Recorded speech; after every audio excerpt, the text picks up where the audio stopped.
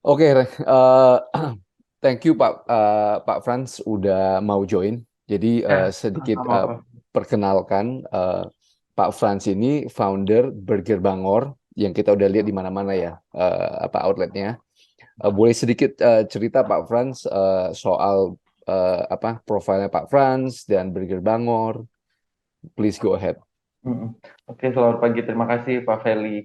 Eh, saya Frans Santara. Saya sebenarnya bukan founder tapi co-founder. Co-founder dari Burger Bangor. Em, Kalau misalnya saya juga pernah bekerja di beberapa perusahaan sampai di titik em, bergabung dengan Burger Bangor ini juga gitu. Right. Oke. Nah, kalau boleh cerita perjalanan Burger Bangor yang tadi kan Bro bilang dari yang lima outlet ya, 5 atau 6 outlet sekarang udah Mm, grow 500. betul. Horror story-nya itu apa? Itu kan itu pasti penuh dengan horror story kan. Iya, benar. Boleh boleh dicerita yang paling berkesan horror story-nya itu apa? Kalau misalnya selama memulai bisnis ini kan mulai dari tahun 2019 ya Pak. Mm-mm. 2019 di mana kita itu eh, membangun bisnis ini mulai dari pilih menu, pilih produk, pilih eh, nama brand seperti itu juga kita sudah kerjakan semuanya di tahun 2019. Dan akhirnya setelah berjalan kita awal itu baru punya 5 atau sampai 6 outlet kalau nggak salah. 5 sampai 6 outlet yang dimana sistemnya itu kan franchise ya. Nah, tapi di 2020 kita kena pandemi COVID ya Right. kan. Nah, setelah kena pandemi COVID itu kita sempat bingung ini gimana ya. Kalau pandemi kayak gini usaha-usaha kan pada tutup ya. Mm-mm. Perusahaan-perusahaan besar banyak yang me-layoff karyawan-karyawannya seperti itu. Nah, kondisi posisi Burger Bangor ini gimana gitu. Nah, ternyata setapan kita dari awal memang kita buka Burger Bangor ini eh, kita melayaninya itu lebih ke take away. Jadi tidak ada dine in sama sekali. Right. Hanya take away, hanya online dan ternyata ini yang membantu kita terus berkembang gitu. Di mana pada saat pandemi dine in dilarang, tidak boleh makan di tempat, tapi hanya bisa take away, hanya bisa delivery. Sebenarnya kita sudah punya itu dari awal memang konsepnya kita memang dari awal take away dan juga online. Nah, kita pikir dengan karena satu ini kita sudah istilahnya sudah terbebas dari pandemi, maksudnya ya mau pandemi mau enggak orang tetap akan beli karena sistem kita take away dan delivery gitu ya. Eh, tapi ternyata tidak membuat perkembangan bisnis Burger Bangor itu naik secara signifikan gitu. Akhirnya kita mikir lagi, aduh ini gimana ya untuk memperkenalkan Burger Bangor ini ke masyarakat luas seperti itu. Akhirnya kita pada saat pandemi COVID itu banyak selebgram, banyak food blogger yang membantu UMKM untuk dipromosikan produknya ya kalau ingat. Mm-mm. Jadi misalnya ya udah ayo kirim barangnya ke kita, nanti kita akan review produknya seperti itu dan tidak dipungut biaya seperti karena kan membantu UMKM yang ada di yang terkena pandemi waktu itu. Nah, akhirnya kita lakukan itu, kita kirim produk kita burger ke beberapa food blogger, ke beberapa selebgram seperti itu. Dan itu tidak pernah putus setiap hari kita kirimkan uh, Right. produk ini gitu untuk direview dan ternyata itulah kalau menurut saya itulah titik keberhasilannya kita sampai ke sekarang gitu. Jadi orang-orang bisa kenal karena kami melakukan hal ini secara rutin, secara konsisten. Terkadang kalau kita mau bangun usaha kan kadang konsisten sama Right. tekun itu agak susah ya gitu kan. Iya. Orang suka cepet, aduh udah pesimis duluan, kalau Iya. ada hasil.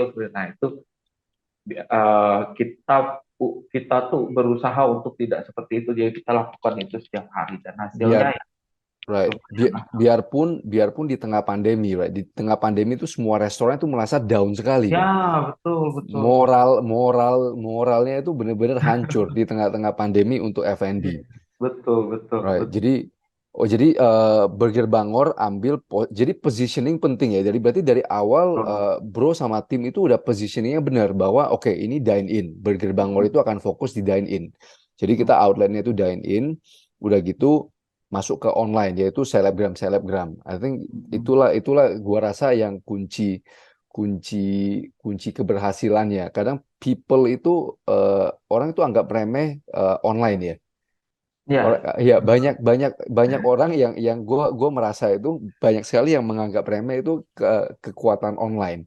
Sedangkan we are living in the era 4.0 di mana semuanya itu online dan masih banyak sekali orang yang nggak anggap online itu main-mainan. I just don't get it. Tapi inilah hmm, maksudnya bagi teman-teman yang baru join ya. Ini gua lagi interview Pak Frans, salah satu co-founder Burger Bangor. Nah, Burger Bangor itu dari outlet 5 sampai 6, sekarang udah di 500 outlet di seluruh Indonesia. seluruh Indonesia betul. Dari waktu 2019 sekarang 2022, 2019 berarti sampai berarti 2020. 3 tahun. Kurang lebih 3 tahun. Jadi 3 tahun bisa reach dari yang 5 sampai ke 500, 100 fold lu ya, 100 kali Ya. size-nya. Oh god damn, itu luar biasa sekali sih dalam waktu 3 tahun. Gila sekali sih. Itu itu yang gue kebayang itu kan supply chain ya. Kita harus bisa serve Ya, kan betul. kan franchisee kita kan sebenarnya customer-nya kita ya. Jadi kita harus bisa serve secara konsisten 500 customer-nya kita sebagai master franchiser. Oh man. Nah, menurut Bro, yang loncatan dari berapa ke berapa yang paling sulit? Dari berapa berapa outlet, kayak benteng yang paling besar itu, berapa outlet ke berapa outlet itu yang paling paling berat menurut Oke. pengalaman Bro? Eh, Kalau dari kita sih sebenarnya kita nggak pernah expect akan sebesar ini, ya kan? Eh, kita tuh dulu tuh berpikir kayak ya udah yang penting kita punya usaha yang bisa menopang kehidupan kita sehari-hari ya kan, Right. baik itu founder baik itu co-founder gitu, yang penting masih bisa hidup, masih bisa makan, masih bisa jajan kayak gitu kan. Betul, Jadi betul. apalagi di era pandemi itu kan kayak orang-orang tuh bingung kan dengan misalnya bisa dalam 1 detik pun pekerjaan uang tuh bisa hilang gitu kan Ya, karena mungkin layoff atau apapun atau usahanya bangkrut gitu. Nah, mimpi kita itu pada saat pandemi itu yang penting kita masih bisa hidup menjalani kehidupan kita sehari-hari gitu ya. Dan kita tidak pernah berekspek akan sebesar ini. Lonjakan terbesar itu pada saat mulai dari 5 outlet, itu kita di dalam 1 bulan, setelah next itu setelah kita melakukan promo-promo ke selebgram itu pernah 1 bulan itu kita opening kurang lebih 40 outlet di oh dalam 1 bulan. Nah, karena kita tidak pernah berekspek sebesar eh, ini tantangan terberatnya kita. Bagaimana kita bisa membuka 40 ini dengan orang-orang yang terbatas ya. gitu. Jadi kayak orang lapangan kami itu hanya cuma punya 2 orang, terus orang produksinya hanya beberapa seperti itu kan. Sampai kita kita ini turun langsung semua, handle mitra juga sampai ke eh, perbantuan opening seperti itu tantangan terbesar sih. Mulai dari 50 sorry dari 5 Dari 5 outlet yang ke sampai ke 40. 40-an seperti itu. Karena seiring berjalan openingan outlet itu, kita juga harus prepare orang-orangnya seperti itu. Kita harus prepare back end-nya kita nih, ya, baik dari produksi, dari orang-orang lapangan seperti itu. Itu yang paling Ya, sulit sih. iya, betul sih. Jadi itu sebenarnya posisi make it or break it ya, dari Iya, 5 ke empat betul, puluh betul. 5 ke 40, kalau ibaratnya kalau kita secara mental, secara Mm, resources kita nggak mm. sanggup telan ya, kita keselak. Ya, ya kan? Bener sih, Kita bener. kita mati keselak. Jadi gua bisa kebayang horornya itu horornya itu di satu sisi orang mau beli franchise, kita nggak mungkin itu Nggak kan mungkin income ya, tolak, nggak iya mungkin kan, nggak tolak. mungkin Itu kan tolak, itu kan betul. opportunity yang nggak yang datangnya nggak sekali seumur hidup, ya kan? Betul, betul, Nggak betul. mungkin kita tolak, but at the same time itu kalau kita telan takutnya keselak, Iya, game over benar. juga. Iya sih, itu gua kebayang sih bagaimana kita bisa bisa set up supply chain, Iya. pembukuan supply chain bukan hanya dari dagingnya ya. Gue bisa lihat dari kotaknya, dari packagingnya, Mm-mm. dari sausnya, ya kan Karena dari memang bahan baku kita itu beberapa itu homemade, Pak. Jadi ya kayak mulai dari daging, daging, roti, saus, seperti itu kita homemade, kita bikin sendiri. Em, jadi eh, kok apa komposisi daging, bentuk daging dan juga saus itu pun juga susah akan iya ditemukan di pasaran seperti itu karena kita create sendiri. iya Nah, yang inilah yang harus kita jaga kan kualitasnya ya. right Kalau right outlet sudah banyak, kalau kualitas menurun ya juga sama aja gitu. Nah, makanya betul ini yang benar-benar kita jaga sampai sekarang sih. betul betul Hmm, betul makanya bisa sampai ke 500 outlet. iya Nah, betul. pertanyaan yang apa yang gua tertarik nih bro, terutama dari segi capital kan kan untuk naik dari sekian dari 5 ke 500 itu kan Hmm, dibutuhkan capital nih untuk bisa serve 500 customer dengan dagingnya setiap hari konsisten yang keluar. Nah, hmm, bagaimana bro itu raise funding dari segi capital? Apakah uang sendiri yang bro cemplungin atau hmm, ada ajak investor? Nah, itu perjalanannya gimana? Karena hmm. itu yang banyak yang nanya kan dari segi raising Iya, funding. betul. Kalau misalnya dari selama kita berjalan sih sampai sekarang, eh, puji Tuhannya masih pakai uang kita sendiri sih. Hmm. Jadi Oh, bagaimana caranya eh, jangan sampai belum ada kepikiran untuk ada investor atau apapun sih oke, belum ada sih. Jadi oke. kami itu yang mengusahakan dengan uang yang ada aja. Ya udah kalau udah segini ya udah apa yang bisa kita lakuin gitu. Iya. Jadi lebih berpikir kayak kita punya uang segini, kita sebenarnya bisa apa? Bisa nggak lebih lagi? Gitu. Bisa nggak kita Hmm. melakukan sesuatu yang lebih lagi dengan uang segini misalnya? Kalau bisa, ya udah kita lakuin seperti itu. Tapi masih masih dalam jarak atau ranah kita tidak melebihi apa ya dari apa yang kita punya sih. Oke, oke. Oh, that's a very good point sih. Jadi kan kebanyakan orang kalau udah masuk ke fase sini, udah rame nih. Oh, gue mau raise funding nih, Betul, gue betul, mau betul, naikin capital nih, ya betul, kan? Jadi yang sekarang kita lihat tuh malah orang yang rame-rame raise funding, jadi gak ada value, ya betul, kan? betul, Jadi betul. iya sih, ini poin-poin, Karena basicnya kita tuh pengen company ini bisa berjalan panjang sih Pak. Gitu right? maksudnya berjalan sampai mungkin anak cucunya kita ya kan itu Ya, base impiannya founder-founder kita juga gitu karena eh, pengen sampai ke keluarganya juga sejahtera dengan dari ya. Burger Bangor ini kan jadi makanya kita menahan untuk tidak eh, cepat-cepat untuk investor atau raise funding atau apapun ya kita jalan dengan sesuai kapasitasnya kita masing-masing. Hmm. Oh, damn, itu menarik sekali sih. Oke, Eh, oke. Jadi justru nggak ada kepikiran untuk raise funding. Jadi kita putar apa yang ada, ya kan? iya, betul. Putar apa yang Belum ada. ada, belum ada Ya, kepikiran sih sampai ya, sekarang. ya. Oke, oke, oke. Ini poin karena gue lihat sekarang orang dikit-dikit mau raise funding, ya kan? Orang Iya, dikit-dikit betul. mau cari investor. Nah, ujung-ujungnya begitu begitu investor masuk kan ibaratnya mereka juga nggak mau uangnya cuma tertunduk manis ya kan. Mereka Iya, ada target yang harus dicapai, harus ada market share. Jadi ujung-ujungnya itu betul. kita anak kecil dipaksa dewasa, badannya udah dewasa nih, tapi mentalnya masih anak kecil. Betul, betul, Itu sih yang betul. yang Kalau lagian juga kalau misalnya investor masuk pun, kalau menurut saya ya sendiri secara pribadi begitu ada investor yang masuk, value yang kita punya di perusahaan itu ya value dasar yang kita punya ya akan hilang sih kalau menurut saya iya, kayak iya, gitu.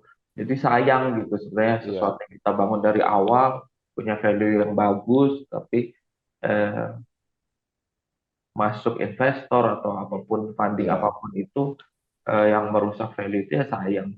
iya. Kalau Jadi, masih kita bisa usaha sendiri ya, kenapa nggak right, kita jalanin gitu iya, usaha sendiri gitu dengan pribadi biaya kita sendiri. iya. Jadi historinya untuk Burger Bangor, Hmm. kenapa bisa bisa lari ke burger, bro? Oke. Ha, Kalau ide burger itu sebenarnya dadakan sih keluar ide dari founder itu. Jadi kita tuh pengen bikin eh, sebuah brand, sebuah produk, tapi yang masih berkutat di food and beverage, ya kan? Terus kita pernah sempat pikir apa kita mau rice bowl atau kita mau apa makanan yang lain seperti itu atau mm, kayak ayam geprek yang lebih tradisional mm, lagi kan. mm, Eh, tapi kita langsung lihat kayak burger, oke. Kita membahas terus kita membedah burger ini kan. Burger ini kan maksudnya memang bukan makanan utama bagi orang-orang Indonesia ya kan.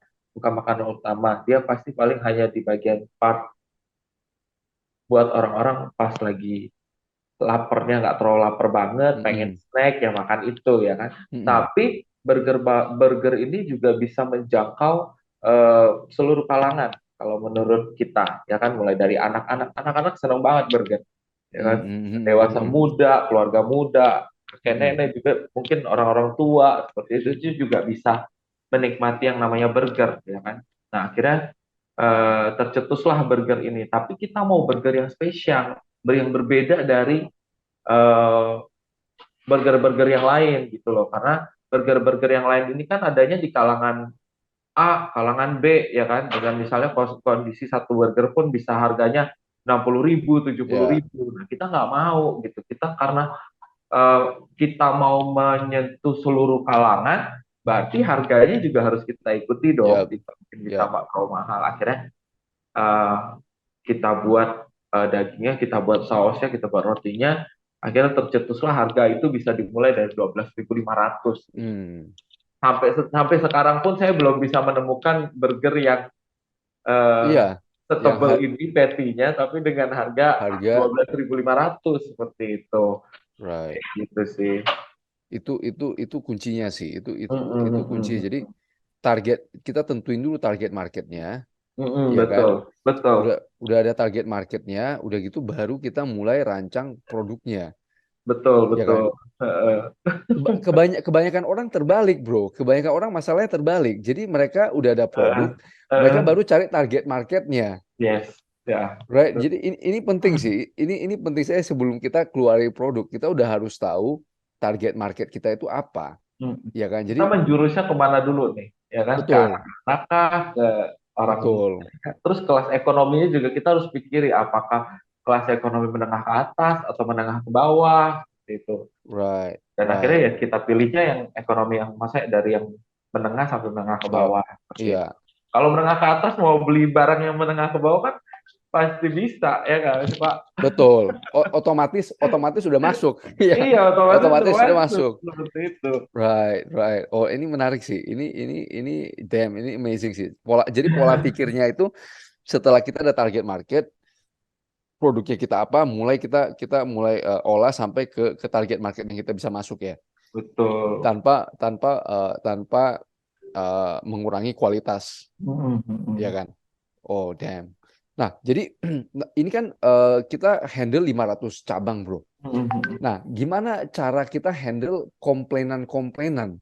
Ini yang gue agak kepikir skala sebesar itu ya. Ini jadi kita kan bisnis. Kalau gue kan bisnis engineering, jadi customer Mm-mm. base kita itu kecil. Jadi ya Mm-mm. customer base kita itu nggak terlalu banyak, project kita nggak terlalu banyak, biarpun value-nya agak tinggi ya. Mm-mm. Nah, jadi kan jumlah komplainan kan otomatis dikit nih. Ya, Nah, kalau bro kan 500 cabang dan customer-nya udah pasti, kalau kayak gini udah pasti mungkin bisa dihitung jutaan kali ya. Customer ya, accumulate ya, akumulasi itu mungkin accumulate ya. ya accumulate mungkin udah Betul. jutaan. Nah, gimana bro cara handle komplainan itu, bro? Ya, kalau misalnya pertama itu kita memang punya tim sendiri ya, di mana tim tim ini yang berurusan dengan partnership gitu. Jadi dengan partner-partnernya kita, dengan mitra-mitranya kita. Karena kita di sini tuh menyadari bahwa obstacle yang paling besar adalah bagaimana kita kan perusahaan franchise. berarti owner-owner itu kita punya banyak kepala, ya kan, udah banyak pemikiran. Nah, bagaimana kita menyatukan pemikiran seluruh mitra-mitra kita ini menjadi satu sama dengan kita seperti itu. Nah, itu yang tantangan terberatnya kita. Akhirnya kita buat satu tim di mana itu yang menghandle setiap mitra-mitra yang ada gitu. Nah, tidak tertutup kemungkinan juga pada saat perusahaan ini menjadi lebih besar, customer juga pasti akan ada komplain juga sih, ya kan? Ya, pasti, Nggak mungkin nggak ada komplain dari customer seperti itu ya. pasti. Akhirnya kita build di 2021 itu kita bangun namanya Bangor Care. Nah, di mana Hmm, Bangor Care ini menghandle atau menjadi pusat informasi, pusat aduan, baik itu dari customer maupun dari mitra, seperti itu. Terus oke. kalau misalnya kan customer juga ada yang direct langsung nih ke IG pusat seperti itu. Komplain, oh ini outlet di sini apa mungkin misalnya sebenarnya itu yang kita langsung kita follow up seperti itu sih. Jadi kita karena kita tahu pasti komplain itu sangat eh, pasti ada Lu, setiap harinya, iya, nggak mungkin nggak iya. ada gitu kan. Nah, Itu kan apalagi customer apalagi orang Indonesia kita terkenal betul. suka suka suka komplain.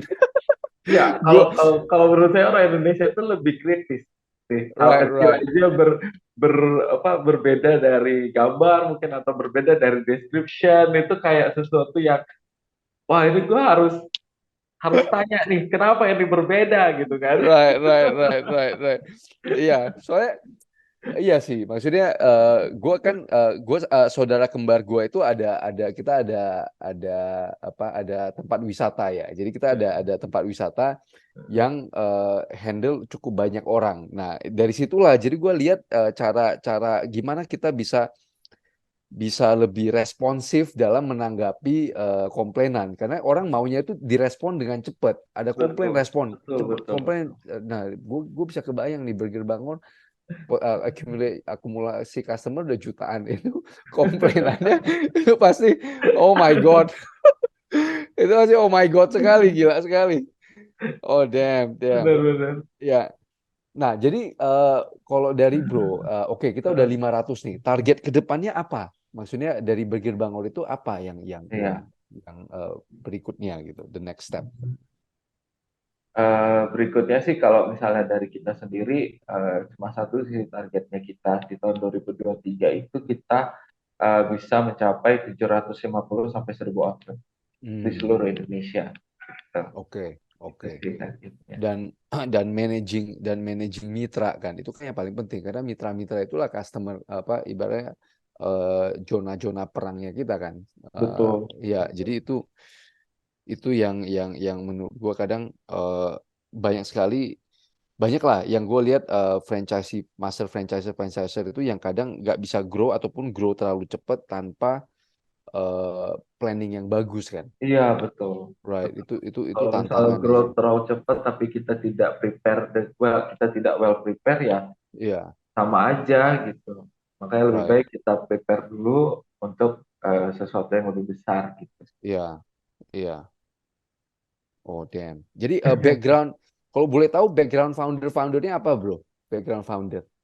Kalau untuk founder-founder sih ya, yang pertama kan ada Denny Sumargo itu juga foundernya, backgroundnya kan ya Iya, entrepreneur ya, entertainment, right, terus right. juga ada yang background di bagian marketing, business development itu juga ada. Kayak misalnya saya eh, backgroundnya di hospitality seperti itu. Jadi ada Hmm, juga yang memang fokus di background food and beverage, baik itu di bagian produknya, baik itu di bagian servisnya seperti itu. right. Untungnya kita masing-masing punya keahlian masing-masing yang bisa Skill masing-masing. dipadukan Iya, skillnya. iya. Itu yang penting sih. Jadi kadang kita lihat, apalagi yang bro sebelum masuk Burger Bangor pun udah pernah kerja di tempat lain kan, udah pernah kerja Betul, kan. Jadi kadang betul. ini yang penting sih, jadi kan kalau di TikToknya gua itu gua lebih bahas soal eh, bisnis ya kan, personal development. Jadi kan banyak yang nanya eh, pathway untuk jadi entrepreneur itu apa. Jadi gue selalu bilang kerja dulu sama orang, kerja dulu Iya, di perusahaan lain supaya kita dapat exposure, kita tahu manajemen itu gimana. Jadi kita bisa adopsi, kita ada skill kan. Jadi jangan betul. tanpa ada skill kita masuk ke sebuah tempat itu ya uang sekolahnya mahal kan. Iya, Kayak kalau kita kerja tempat lain kan kita dapat uang sekolah, kita dapat beasiswa, iya ya kan? benar. Ya Tiap kalau kita bulan langsung lagi masuk, ya. jadi nggak apa kita dapat beasiswa, udah dapat skill dan dapat beasiswa. Nah, sedangkan kalau yang mau masuk tanpa ada skill ya otomatis bayar uang sekolah mahal. Iya, betul, Itu sih, betul, betul. itu yang yang Iya, iya, yang iya. Benar, benar juga itu. ya Benar, kan? benar banget, benar banget. Itu yang gue kadang bilang kerja dulu sama orang. Jadi kita tahu nih mana yang bisa sukses, mana yang enggak, ya kan? Iya. Right, right, right. Terus Itu biar yang bisa milih juga sih kalau menurut aku tuh kayak ya kalian skill passionnya kita tuh sendiri tuh apa gitu. Kalau kita nggak hmm, kerja sama orang kita nggak tahu kan hmm, keahlian kita tuh di mana. Seperti itu sih kalau menurut saya. right, right. Itu penting sih. Jadi kita kadang umur 20-an, gue ingat 20, gue dulu 20-an, gue nggak ngerti apa-apa kan. Mm-mm. Gue nggak ngerti apa-apa, gue juga nggak tahu gue maunya jadi apa. Itu Mm-mm. bener sih. Jadi kita kerja sama orang itu untuk menemukan jati diri, Iya, ya kan? betul, betul, betul. Alright. Oh, ini poin penting sih. Ini poin penting sih. Seringkali orang selalu nanya, Bang, kalau saya baru umur 19, gue mau usaha sendiri, mau usaha apa? Itu Iya, pertanyaan yang waktu kalau gue go live itu, pertanyaan-pertanyaan itu sering sekali masuk. betul. Dia tanya, gue umur 19, gue mau usaha apa? Gue mana tahu, bro. Lu aja nggak tahu passion lu apa, skill lu apa. Jadi gue mana Iya, tahu. benar, benar, benar. Kerja sama orang itulah kita bisa tahu passionnya kita apa. Karena kan misalnya kayak kayak saya aja dulu ya, Heeh, kalau kerja dulu masih muda karena kita nggak tahu jati diri, kita ngambil apa aja. Ngambil apa? Yang penting gue kerja dulu deh. Yang iya, penting kata, yang penting gue dapat gaji dulu, kayak gitu ya. iya.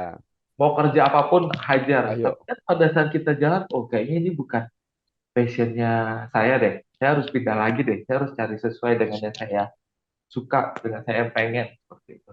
Saya itu baru nemu jati diri itu di umur around 26 or 27. Disitulah saya bilang, oh ya kayaknya passion saya itu di hospitality. Dan saya ambil resiko untuk saya ambil sekolah lagi. Saya ambil sekolah lagi base dari eh, benar-benar sesuai dengan apa yang saya mau hospitality. Karena sebelumnya kan saya ambil public relation, communication. Jadi saya ambil akhirnya untuk hospitality lagi.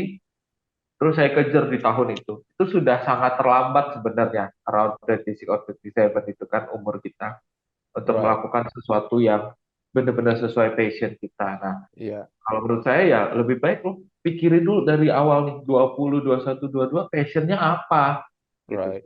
Kalau pada saat udah tahu ternyata salah kan masih bisa di switch. Betul. Kalau itu kan pada saat umur 27 itu switchnya dan saya harus kejar-kejaran sama umur. Harus berkejaran sama umur kan. Jadi wah itu luar biasa itu benar-benar Iya, ya. untuk Gila dapatkan ya. sesuatu itu. Ada Karena bener sih. Jadi kadang orang betul hmm, sih. Ini makanya sekolah. Kadang gue sedikit bingung. Begitu kita lulus kuliah, kita lulus SMA, terus kita dipaksa kuliah. Kadang kita kan nggak tahu kita iya maunya apa, benar benar. ya kan? Jadi kuliah itu nggak serta merta harus langsung dilakukan. Ini poin penting sih. Nanti anaknya Iya. gue suruh jangan cepet-cepet kuliah deh, gitu kan? Kerja dulu, explore dulu, lihat dulu lu orang maunya apa, baru kuliah, Iya, ya kan? benar. Jadi begitu lulus SMA kita nggak ngerti apa-apa, sedangkan kita disuruh paksa, oke lu mau ambil jurusan apa? Segera lu putusin. Iya, Baru lulus SMA yang nggak ngerti apa-apa, kita udah dipaksa untuk lanjut kuliah. benar-benar. Dan nggak semua orang kan mature, maksudnya nggak semua orang itu mature enough untuk decide. Yes, betul. Oh ini penting sih. Ini iya ini poin poin yang luar biasa penting. Iya. Kadang kita Karena, nggak tahu, iya. iya kan? Mm-mm.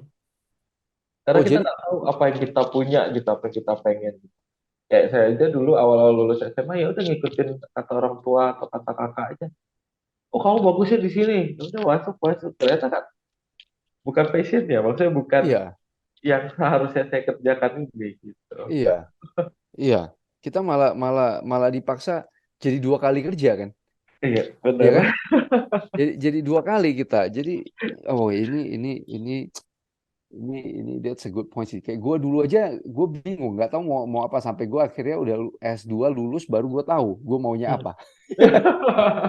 Udah udah iya kalau misalnya kita tahu dari awal kita maunya apa kan kita serius. Kayak bro kan Iya, begitu betul. kita tahu gue maunya hospitality nih. Gue Heeh. maunya hospitality ya gue bener-bener Udah. serius gue Iya, pelajarin. Yang betul, waktu di betul. public relation kita bukan passionnya kita ya peduli setan lah, Iya, yang penting lulus dapat gelar. ya kan? Jadi habisin waktu sama habisin uang, betul Iya, sih. betul. Ini gila sekali ya. Ini penting sekali sih. Kalau menurut bro, maksudnya kan kita di zaman kalau udah lihat lah berapa ratus outlet ketemu begitu banyak orang. Heeh. Sekarang itu menurut bro itu prediksinya bro ke depan itu yang bakal jadi challenge itu apa? Tantangan misal Em, yang kekurangan yang ibaratnya di Indonesia itu kekurangan nih. Orang-orang yang punya skill ini kekurangan. mm, mm, mm, mm. Kayak di Burger Bangor nih. Kan Burger Bangor pasti kan keluar turnover karyawan ada tuh. Iya, betul. Ya kan, kita belum ketemu nih orang yang di posisi yang bisa handle apa nih? Apakah managerial skill kah? Mm, Apakah critical thinking kah? Apakah bagaimana orang karyawan tuh bisa lebih lebih cekatan? mm, mm, Nah, mm. menurut Bro itu apa yang sering Bro temuin? Tantangan terbesar kita itu di sini karena kan kita berkutatnya dari awal itu online ya, dari misalnya baik penjualan maupun promosi, ya kan, Hmm. promosi by online, kita harus eh, kasarnya hatam dengan sosial media yang ada seperti itu. Terus penjualan juga kita menggunakan sistem-sistem online kayak eh, apa Grab, Gojek, or Ya. something lah itu semuanya Hmm. yang online gitu. Nah, kalau di sini kita belum, kalau menurut kita tantangan terbesar kita belum ada orang yang, maksudnya tim yang benar-benar berkutat di area digital, digital marketing, digital Oh, penjualan seperti itu karena ya kita sebenarnya mau tidak mau kita harus mengikuti era ini gitu. Kita betul. sudah tidak bisa konvensional yang eh, apa Iya, offline seperti orang iya, datang beli itu udah nggak bisa kayak promo kita dengan yang manual mouth to mouth ya mungkin masih works tapi it's not the 100% works gitu karena sudah lebih besar penggunaan digital ini gitu apalagi di Indonesia semua udah serba betul, digital orang betul. masalah apapun bisa diviralin di sosial Iya, media seperti itu kan. Nah, iya, ya, ini tantangan terberat kita sih, bagaimana kita terus bisa mengikuti perkembangan zaman zaman. ini gitu ya. Iya, Dan kita juga butuh orang-orang yang bisa support, yang bisa dedicate luar biasa untuk online.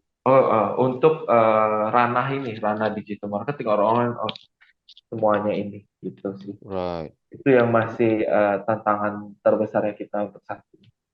Nggak ada kepikiran, bro. Gue lihat kan di Amerika, kalau bro ingat ada Domino Pizza ya, Iya yang betul. dia build app sendiri Iya. untuk serve customer. Apakah Mm-mm. Bangor itu ada kepikiran ke sana? Kalau misalnya untuk app sendiri kita memang sudah ada, tapi masih dalam tahap develop sih. Jadi Hmm. memang belum belum kita launch, belum kita ini, tapi masih memang masih kita develop dulu seperti itu. Karena ternyata tidak mudah Iya, membangun sistem sendiri itu sangat-sangat tidak mudah gitu. Jadi iya memang kan? banyak yang harus dipikirkan lagi, banyak yang harus Iya. diperbaiki lagi gitu. Karena dari yang kalau gue lihat ya, yang susah itu oke untuk bangun apps yang sanggup untuk serve 100 customer, oh gampang. Nanti Ya, begitu, oke, gue mau bangun apps untuk serve 1.000 customer live, real time, 10.000 customer, 100.000 customer, 1 juta customer. Oh man, itu sistem yang mengerikan sekali kan? betul, betul, betul, betul. Makanya, Iya kan? aduh, kita masih masih masih kita develop, masih kita pikirkan ini apps-nya harus seperti apa. Karena kalau misalnya setiap bulannya pun kita penjualan pun terus naik gitu. Mulai Mm-mm. dari, maksudnya dari yang kita lihat secara umum, eh, tahun lalu kalau nggak salah itu kita di hanya 1 juta pieces per bulan. Sekarang kita sudah naik ke 2,8 juta pieces per bulan. Oh, Jadi em, gapnya ini kan naiknya kan sangat iya, signifikan gitu. Kalau misalnya kita handle dengan sistem yang seadanya, susah gitu. Jadi makanya harus kita benar-benar develop, punya sistem yang proper, yang bisa mengcover seluruhnya gitu. So, apalagi kalau seluruh Indonesia lebih baik iya, lagi sebenarnya kan. iya. Banyak sih, menarik sekali sih. Gue belajar. Jadi bagaimana tantangannya itu dari yang 1 juta pieces sampai ke 2,8 juta pieces per bulan Iya, sekarang. betul. Berarti growth-nya itu bisa bisa double-double. Bukan hanya itu loh dagingnya, ya kan? Iya, betul. Ah, sumber dagingnya kita harus jaga sumber daging yang masuk itu sama kan. Benar, benar. Dan Jadi itu yang benar-benar kita jaga sih sampai sekarang. iya, quality Support. control quality control produk bahan mentah yang masuk. Hmm, Apakah sanggup nih supplier-supplier existing supplier kita, vendor-vendor kita yang sekarang itu sanggup iya, nggak untuk betul. bisa supply kita dengan growth sebesar itu? Oh, menarik sih ini tantangannya. Gue bisa kebayang horror story day to day-nya sih. Gue bisa gue bisa kebayang horror story day to day vendor telat lah, dagingnya kurang bagus lah, inilah sayurnya inilah, packagingnya salah cetak lah. Oh man, ini horror story to the Begitulah max sih. daily-nya. Iya, itu daily-nya sih. Gua, gua lagi coba gua lagi coba ngebayangin, Hmm, gua lagi coba ngebayangin horror story tiap hari teleponan, gimana maintaining supply chain ini sih. Ini kan ya, di Indonesia itu salah satu yang gue lihat supply chain kita kadang lemah sih, ya iya, kan? iya, Supply chain betul. kita itu kendala kita ada produk bagus, tapi gara-gara supply chain kita lemah as a country, right? Hmm, As a country, jadi hmm. eh, kualitas kita tuh jadi gak konsisten, Betul, betul, ya betul. kan? Itu sih yang kita takutin juga gitu. Maksudnya tidak konsistenan itu sih. Iya, Tapi selama ini untungnya masih, masih ya, kita masih bisa kehandle ya. menjaga, kita bisa Iya, menjaga, masih bisa disitulah menjaga disitulah sama. ilmunya, ya kan? Disitulah ilmunya. Hmm, Bagaimana sebuah sebuah franchise itu bisa maintain kualitas kan, iya, ilmu betul, ilmu. betul. Iya. Tapi ini juga poin penting karena kita mau jaga kualitas. Kadang ada investor yang masuk, bukan investor yang tepat, bisa bikin kacau balau sistem internal Ya, kan. betul. Banyak kok yang kayak gitu. Iya, ya kan dia Banyak, merasa dia banyak. dia masuk, dia taruh uang, dia Dia merasa sudah dia taruh uang banyak, ya udah dia Heeh, bebas ngapain gitu kan. jadi malah mengganggu operasional. Betul, betul. Itu poin penting sih. Hmm. Itu poin penting sih. Oke, bro, udah hampir 1 jam. Boleh Wow, share? nggak Ya, berasa ya. iya, makanya. Jadi ada gue pengen pengen nanya. Jadi setiap podcast itu ya, setiap Hmm, podcast yang gue mau tutup itu, gue pengen nanya dari hmm, dari interviewee itu hmm, dari lubuk hati yang paling dalam nih, hmm. pesan-pesan untuk kan kita menghadapi banyak layoff ya, banyak Iya, layoff, banyak ekonomi orang bilang 2023 itu resesi, right? betul. Jadi apa yang bikin bro itu optimistik bahwa Indonesia tuh 2023 itu is not as scary as people think, ya kan? Hmm, Dari segi optimisnya, kita tahu pesimisnya kan kita semua fuck, ngeri gak ini gawat ya. nih. Tapi segi yang bikin bro itu melihat on the brighter side itu apa? Oke.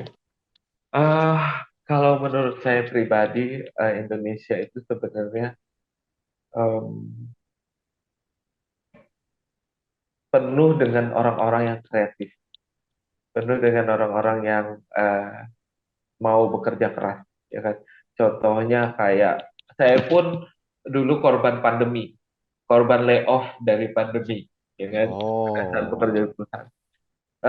Disitulah saya tahu bahwa kalau kita nggak optimis, kita nggak kerja keras, kita tidak kreatif, kita nggak bisa hidup, ya kan. Pada saat pandemi pun kita bisa berjualan dengan aneka ragam, ya. Mungkin eh, bisa kita lihat kayak orang bisa satu hari jual ini, ntar ada lagi jual ini, jual ini, ya, jual ini. Itu kalau menurut saya itu kreatif banget. Jadi kalau misalnya untuk yang terkena layoff atau apa ya, harusnya tidak patah semangat. Kalian punya jiwa kreatif, kalian punya sesuatu kekuatan untuk bekerja keras, lakukanlah, terus dipikirkan sesuai dengan passionnya, dijalankan, pasti itu akan bisa berjalan dengan baik ke depan. Hmm. Nggak perlu takut, maksudnya dengan resesi di tahun depan, wah akan ada hal-hal negatif. Nggak perlu takut, kita jalanin aja. Kalau memang sesuai dengan passion kita, kita sudah lakukan yang terbaik, Betul. kita pasti dapat hasilnya nanti. Gitu sih. Iya, betul sih. Nah, sebelum kita tutup, tadi poin penting, kena layoff. Begitu bro di layoff itu feelingnya apa bro? Maksudnya kan ini kan, oh kena pandemi, terus Ah, gua ah, harus gimana? iya, pasti pusing, nggak ngerti Iya, mau ngapain, karena tidak tertutup kemungkinan ya. Dulu kayak misalnya kita udah nggak dapat gaji, cicilan jalan terus seperti itu. Ini cicilan tidak bisa ditunda, bagaimana bayarnya kalau hmm, kita di layoff? Ya kan pasti semua orang akan berpikiran seperti itu kalau saya punya kebutuhan seperti itu. Yang saya lakukan adalah saya jualan makanan. Jadi saya berpikir setiap hari, saya pikir makanan apa yang cocok. Ya itu sama, saya lihat dulu pasarnya seperti apa. Saya jualannya karena di rumah, jadi saya lihatnya sekitaran rumah itu, radius 0 sampai 5 kilo. Oke, banyaknya jajanan apa ya? Kita harus riset dulu. Oke, saya mau jualan ini, dan tentunya langsung saya masukkan ke online. Dan di situ aja kayak, ya itu berjalan untuk membantu eh, eh, kebutuhan sehari-hari, seperti itu sih. Dan ya iya, itu yang saya lakukan. Kalau saya nggak kreatif, terus berpikir dengan pesimis ya, maksudnya tidak punya mental yang kuat, kayak misalnya, aduh kenapa gue kena layoff, kenapa dipikirin terus, ya udah kita nggak bisa jadi apa-apa iya, nanti ke depannya. iya. Itu penting sih. Kayak Jangan gitu. jangan jangan masuk ke ranah depresi sih. Kita Iya, boleh kita betul, boleh boleh betul, betul, betul. kita boleh feeling depressed, it's fine. Tapi Ya, jangan sampai itu berlarut-larut. berlarut-larut. Terkadang It- itu yang kita lupa.